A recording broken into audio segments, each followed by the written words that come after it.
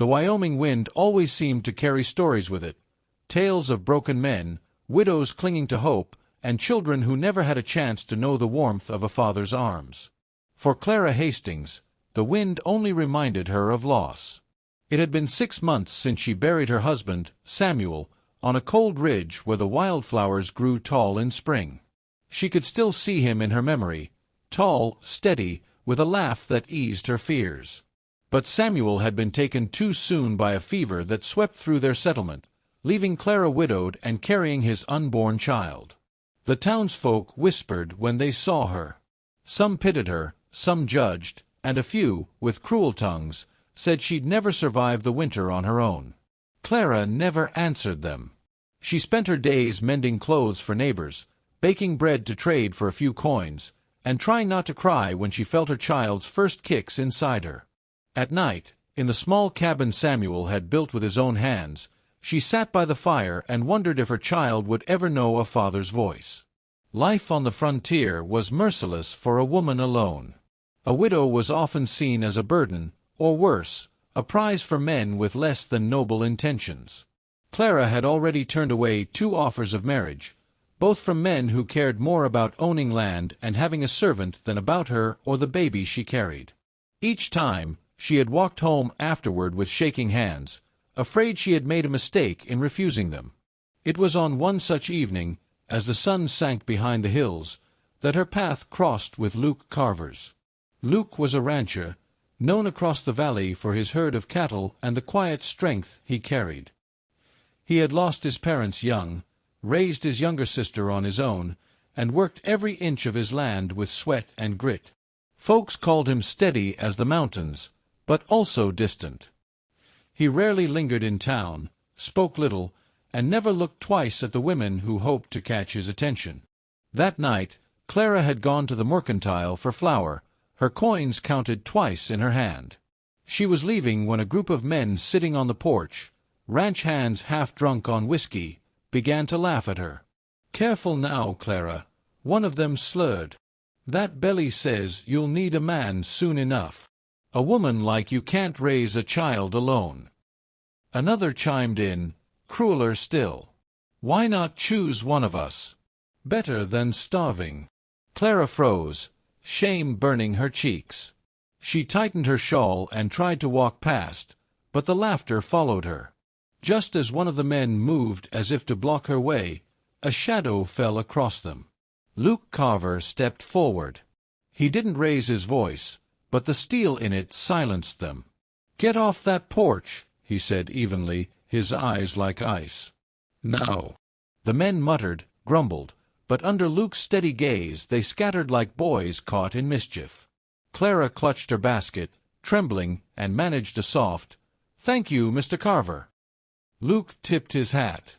"Ma'am." She thought that was the end of it. But as she started down the street, he walked beside her, keeping a respectful distance. "Shouldn't be walkin' home this late alone," he said. Clara's throat tightened. I've no one else to walk with me." They reached the edge of town where the lanterns gave way to the dark prairie sky. Luke stopped, his tall frame silhouetted by starlight. "Clara," he said, his voice quieter now, "folks may talk, but you don't need to listen. You're stronger than they know." The kindness in his tone undid her. 4 months, she had fought to keep her chin high, to survive each day without crumbling. And here was a man speaking to her not as a burden or a widow to be pitied, but as someone worthy of respect. She blinked back tears. "Sometimes I don't feel strong," she whispered. "Sometimes I wonder if my child will grow up never knowing what it is to have a father." Luke's jaw tightened. He didn't answer right away, but something flickered in his eyes, something she couldn't read. That night, after he saw her safely to her cabin, Clara lay awake long after the fire died. Luke Carver's steady presence lingered in her mind, unsettling her in ways she hadn't expected. Days turned into weeks. Clara kept to her routine, but Luke began to appear more often, helping mend a broken fence near her cabin, leaving a sack of flour at her door, or stopping by to ask if she needed wood cut for the stove. He never stayed long, never overstepped, but his presence began to feel like an anchor in the storm of her days. Still, Clara hesitated. She had been a wife once, loved deeply, and the thought of opening her heart again, so soon, and with her belly growing each day, felt like a betrayal.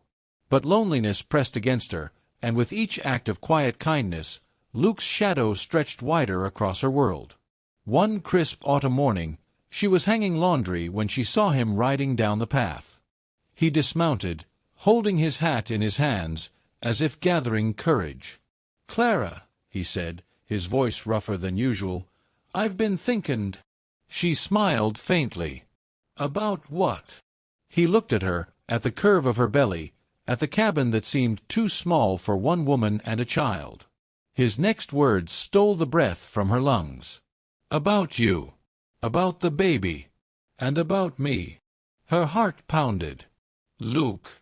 He took a step closer, his eyes steady, his voice unshaken. "Your child will need a father. And I—" He paused, as if the weight of the words mattered too much to rush. "And I want a family." The wind stilled. The world seemed to narrow to the space between them. Clara's hands trembled on the laundry she clutched. Was he truly saying what she thought? Luke went on, his tone steady but his eyes carrying a vulnerability she'd never seen before. "I can't promise riches, Clara. What I can promise is a roof that won't leak, a name for your child, and a man who won't walk away. If you'll have me, I'll be the father your child needs, and the husband you deserve." Clara's breath caught. No man had ever spoken to her like that, not with pity, not with selfishness, but with honor. Her heart ached with the sudden possibility of a future she had never dared dream again. She wanted to answer, but the words tangled on her tongue. The laundry flapped in the breeze between them, and for the first time in months, Clara felt the weight of her loneliness begin to lift. Her life was about to change forever. The silence after Luke's proposal stretched like the open plains, wide, endless, and full of unspoken questions. Clara stood frozen, her hands still clutching the damp cloth she had been hanging. She began, her voice trembling. "Luke, I don't know what to say." He nodded once, as though he expected her hesitation. He didn't step closer, didn't press her. Instead, he placed his hat back on his head and spoke gently. "You don't need to answer now. I'll wait. But I wanted you to know how I feel, and what I'm willing to give." Then he tipped his hat, turned, and walked back to his horse, leaving her standing in the cool morning air with her heart pounding against her ribs. A decision to make. That night, Clara sat by the fire, the baby stirring softly inside her, as if reminding her that time was moving forward whether she was ready or not. She thought of Samuel, the man she had loved and lost, and guilt rose like a tide. Was it betrayal to consider another man's proposal? But then she remembered the laughter of the drunk ranch hands, the cold loneliness of the nights, the gnawing fear of bringing a child into the world without protection. And she remembered Luke, his steady presence, his quiet kindness, his unwavering respect. "Little one," she whispered, her hand resting on her belly, "what kind of mother would I be if I turned away the chance to give you a father? A good man, one who would keep us safe." The baby kicked as if answering. Tears slid down her cheeks. Clara realized her heart already knew the answer. Yes. The next day, Clara walked into town, her shawl pulled tight against the autumn wind. She found Luke near the blacksmith shop, talking with a ranch hand about a wagon wheel. When he saw her, his expression softened. "Clara." She hesitated, then lifted her chin. "Luke, if the offer still stands, I would be honored to be your wife." For a moment he said nothing, just looked at her with an intensity that stole her breath. Then a slow smile spread across his face, rare and warm, like sunlight breaking through clouds. "It stands," he said softly. "It'll always stand." A simple wedding. Their wedding was small, just the preacher, a few townsfolk, and the whisper of the wind through the chapel windows. Clara wore a simple blue dress, her hands trembling as she stood beside Luke. He looked at her with such steadiness that the world seemed to fall away. When the vows were spoken, and Luke slipped a plain gold band on her finger, Clara felt a weight lift from her shoulders. She wasn't alone anymore. She had a partner. Her child would have a name, a home, and a father waiting with open arms.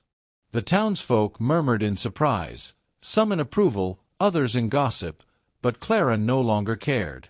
When Luke placed his hand gently over hers as they left the chapel, she knew she had chosen rightly. Life on the ranch. Married life was not without its trials. Clara moved to Luke's ranch, a wide stretch of land framed by rolling hills and sturdy fences. The work was endless, cattle to tend, fields to mend, and a household to keep, but for the first time in months, Clara felt hope stirring inside her. Luke never treated her as fragile, even when he insisted she not overwork. He rose early to tend the cattle, returned to split firewood, and often checked on her, making sure she had what she needed. And though he wasn't a man of many words, his quiet acts of care spoke louder than any promise. At night, they shared meals by the fire. Clara learned that Luke had once dreamed of a family but had set those dreams aside, thinking the land was all he'd ever have. She, in turn, told him of Samuel, of her fears and her grief. Luke listened, always listened, without judgment. And slowly, gently, their companionship deepened into something more. The birth. Winter came hard, blanketing the ranch in snow. Clara's time grew near, and though she tried to remain calm, fear gnawed at her. She was far from town, far from a midwife. What if something went wrong? Luke was at her side every step, never leaving her. When the labor pains struck one stormy night, he held her hand, his usually steady face lined with worry. "You're not alone," he whispered fiercely as she cried through the pain. "I'm right here, Clara. I'm not leavin'. Not ever." Hours later, as dawn broke over the snow, the wails of a newborn filled the cabin. A daughter, tiny, perfect, with her mother's dark hair. Clara wept as Luke placed the child in her arms, his own eyes shining with unspoken emotion. He touched the baby's cheek with a rough, calloused finger, his voice husky. "She's beautiful." Clara looked at him through tears. "She has a father now." Luke bent his head, kissed Clara's forehead, then the baby's. "And she always will."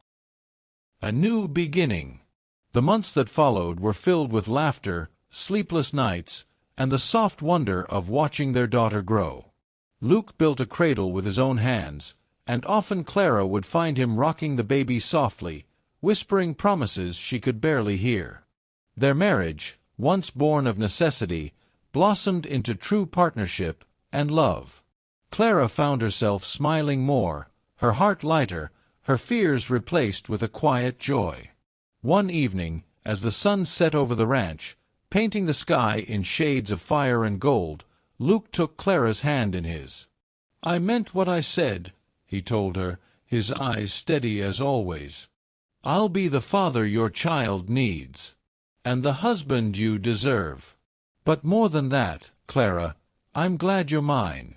Not out of duty, not out of necessity, but because I love you." Her breath caught, her heart swelling. She leaned into him, her head against his chest, and whispered, "I love you too, Luke Carver." The wind carried their words across the fields, not of sorrow this time, but of hope, of a family bound by love, stronger than the hardships of the frontier. And in that moment, Clara knew, she had not only found safety, she had found home.